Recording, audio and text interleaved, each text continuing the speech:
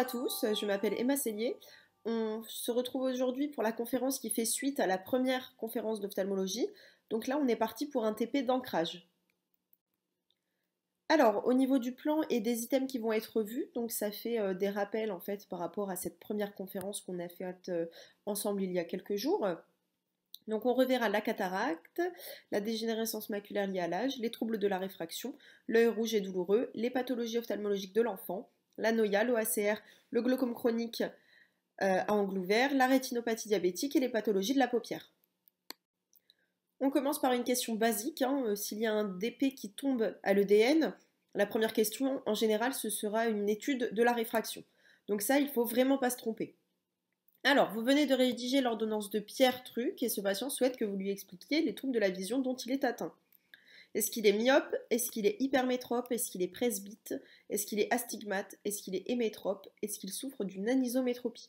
Je vous laisse quelques instants.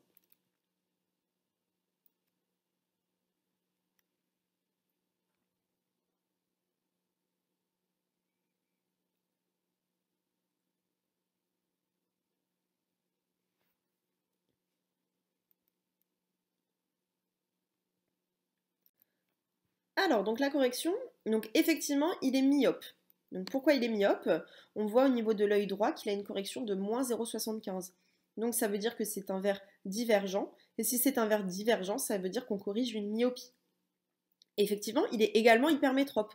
En effet, on voit qu'au niveau de l'œil gauche, il a une correction de plus 1. Donc le plus, ça indique qu'on corrige une hypermétropie. Est-ce qu'il est presbyte? Oui, effectivement. Pour la vision de près, on voit qu'on ajoute, donc add, de 25.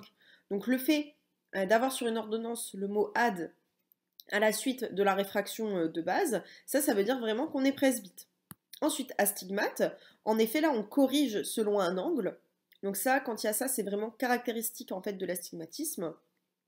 Est-ce qu'il est hémétrope? Non, puisque par définition, il a toutes ces pathologies, myope, hypermétrope. Donc, il ne peut pas être hémétrope, qui correspond à aucune anomalie de la réfraction. Donc, il est amétrope. Est-ce qu'il souffre d'une anisométropie? Oui, en effet, l'œil droit, il est myope et l'œil gauche, il est hypermétrope. Donc, c'est le fait d'avoir des troubles de la réfraction opposés au niveau de chaque œil. Donc ça, voilà, vous pouvez le retenir. C'est probable que ça tombe pour moi, donc voilà. Donc là, c'est le même genre de question. Vous croisez votre patiente dans la rue le lendemain de votre consultation au cabinet. Elle s'interroge sur son amétropie. Quels sont les troubles de la vision présentés par Madame A? Donc là, en fait, je vous laisse sortir les mots directement par vous-même et ne pas cocher un QCM pour voir si c'est bien compris.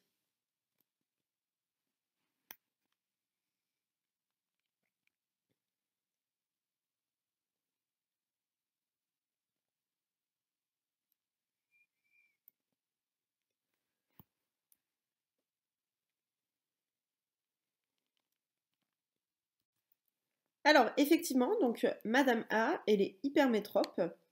Alors, pourquoi elle est hypermétrope? On voit la correction par des verres convergents avec le petit plus. Donc, si c'est plus, c'est hypermétrope. Nous, pour les EDN, on n'a pas besoin de réfléchir plus que ça, d'accord? Plus hypermétrope, moins myope.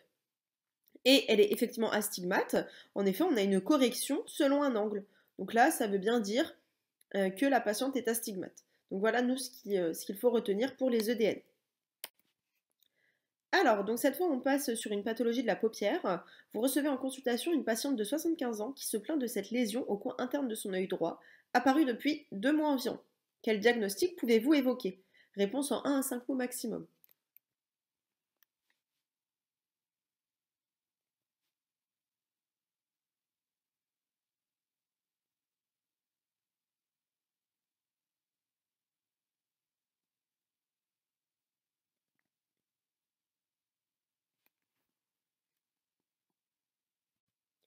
Alors, effectivement, ici, il fallait évoquer le carcinome basocellulaire. Pourquoi? Puisque là, on voit que la lésion, ça ressemble comme à une perle, d'accord? Le nodule perlé. Donc ça, c'est très caractéristique, une vésicule perlée. Ensuite, qu'est-ce qu'on a? On a ici, en fait, les télangiectasies. Donc ça, c'est très caractéristique, en fait. On a cet aspect de nodule perlé associé, en fait, à des télangiectasies au niveau de la surface de la lésion. Donc pour rappel, le carcinome basocellulaire, ça peut s'étendre de façon locale, mais ça ne métastase pas, d'accord? Donc c'est entre guillemets un peu moins grave que le carcinome épidermoïde puisque le pronostic est plutôt local. Alors, vous recevez un patient de 63 ans, myope fort, moins 13 dioptries œil droit et œil gauche, qui vous décrit un voile inférieur d'apparition brutale depuis 3 jours de l'œil droit. Le tout a été précédé de phosphène. Quel diagnostic redoutez-vous? Réponse en 1 à 5 mots maximum, pas d'abréviation.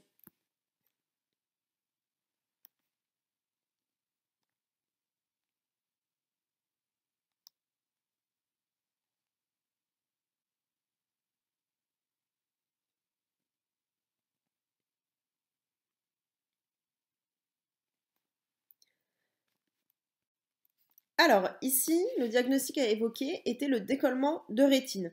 Pourquoi? Puisque c'est un patient qui est myope fort, et la myopie forte est un facteur de risque de décollement de rétine. Ensuite, le décollement de rétine, ça se manifeste comment?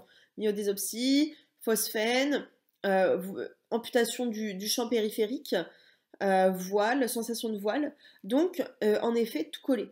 Et là, vraiment, le point d'appel, c'était le fait qu'il soit myope fort, que c'était un voile sur une partie du champ visuel périphérique et qu'il y ait eu juste avant des phosphènes. Pour rappel, la myopie forte est à l'origine de 3 complications à bien retenir pour les EDN, la cataracte, le décollement de rétine et le glaucome chronique à angle ouvert. Donc attention, d'accord? Ça, il faut bien les retenir. Si on vous demande dans un menu déroulant les 3 principales complications de la myopie forte, il faut savoir les ressortir par vous-même avant de se laisser un peu distraire par toutes les autres propositions. Alors, de nouveau, une pathologie de paupière. Vous recevez en consultation un patient de 68 ans qui se plaint de cette lésion de l'œil droit apparue depuis 3 jours environ.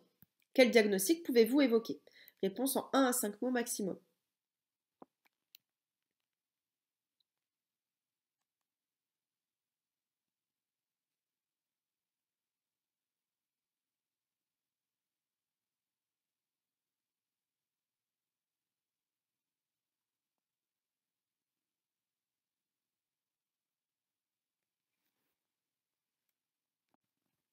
Ici, il fallait effectivement évoquer l'orgelé. Alors, pourquoi? Donc déjà, on se rappelle que l'orgelé, en fait, c'est un furoncle du bord libre de la paupière, le tout centré sur un follicule pilosébacé au niveau du cil. Et nous, comment on peut le voir? En fait, c'est un point blanc, donc cet aspect de point blanc, qui est au niveau du bord libre de la paupière, d'accord? Ça communique avec le bord libre, c'est le contraire du chalazion. Donc, c'est une infection bactérienne, hein, d'accord? C'est généralement le staphylocoque aureus, donc le staphylocoque doré. Et c'est vraiment une histoire qui est plutôt aiguë, d'accord? C'est en quelques jours, alors que le chalazion, ce sera plutôt parfois en quelques semaines, d'accord? Donc c'est vraiment en fait une tuméfaction qui est rouge, qui est centrée par un point blanc et qui est au niveau du bord libre. Donc ça, c'était vraiment la caractéristique typique de l'orgelé. Donc là, il fallait savoir le reconnaître. Alors, vous venez d'opérer une femme de 85 ans d'une cataracte. Elle revient 2 jours après l'intervention, car elle a mal à l'œil et elle ne voit plus rien.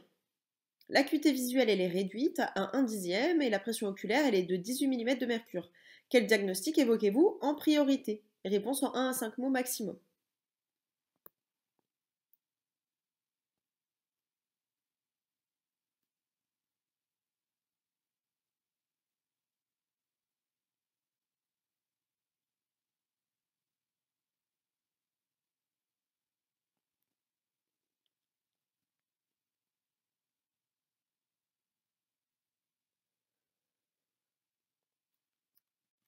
Alors, évidemment, il fallait évoquer l'endophtalmie aiguë post-opératoire. Que ce soit dans n'importe quelle matière à l'EDN, s'il y a des signes inflammatoires après une intervention chirurgicale, il faut absolument évoquer l'infection du site opératoire. Post-interventionnel, d'accord? Ça, c'est la base. Donc là, nous, en ophtalmo, comment ça s'appelle cette infection post-opératoire au niveau de l'œil? On appelle ça une endophtalmie, d'accord? Aiguë post-opératoire. Alors attention à ne pas confondre, hein, puisque nous, c'était tombé à l'EDN blanc en 2023, et c'était l'énophtalmie qu'il fallait répondre, et pas l'endophtalmie. Donc l'énophtalmie, c'est cet aspect d'œil rentré dans l'orbite, d'accord? Alors que l'endophtalmie, c'est vraiment l'infection de l'œil. Donc là, la dame, elle vient de se faire opérer d'une cataracte. Euh, si c'est 48 heures après, si elle a mal à l'œil et qu'elle ne voit plus, jusqu'à preuve du contraire, c'est une endophtalmie, d'accord? C'est un diagnostic grave à éliminer en premier. Alors, on change de sujet. Vous recevez en consultation un bébé de 1 mois. La maman, elle est inquiète. En effet, lorsqu'elle prend son bébé en photo, l'œil droit apparaît tout blanc. Vous confirmez effectivement en consultation la leucocorie.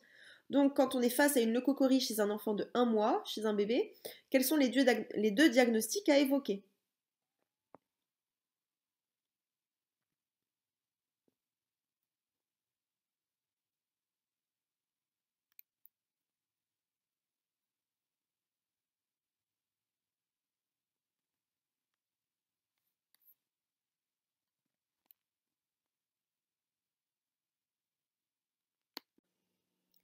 Alors, devant toute le cocorie de l'enfant, les deux diagnostics à évoquer en urgence, donc un pour le pronostic, le rétinoblastome, et un pour l'enjeu fonctionnel, la cataracte. Donc ça, c'est vraiment les deux choses que l'on doit savoir évoquer et ressortir par nous-mêmes, d'accord? C'est très très important.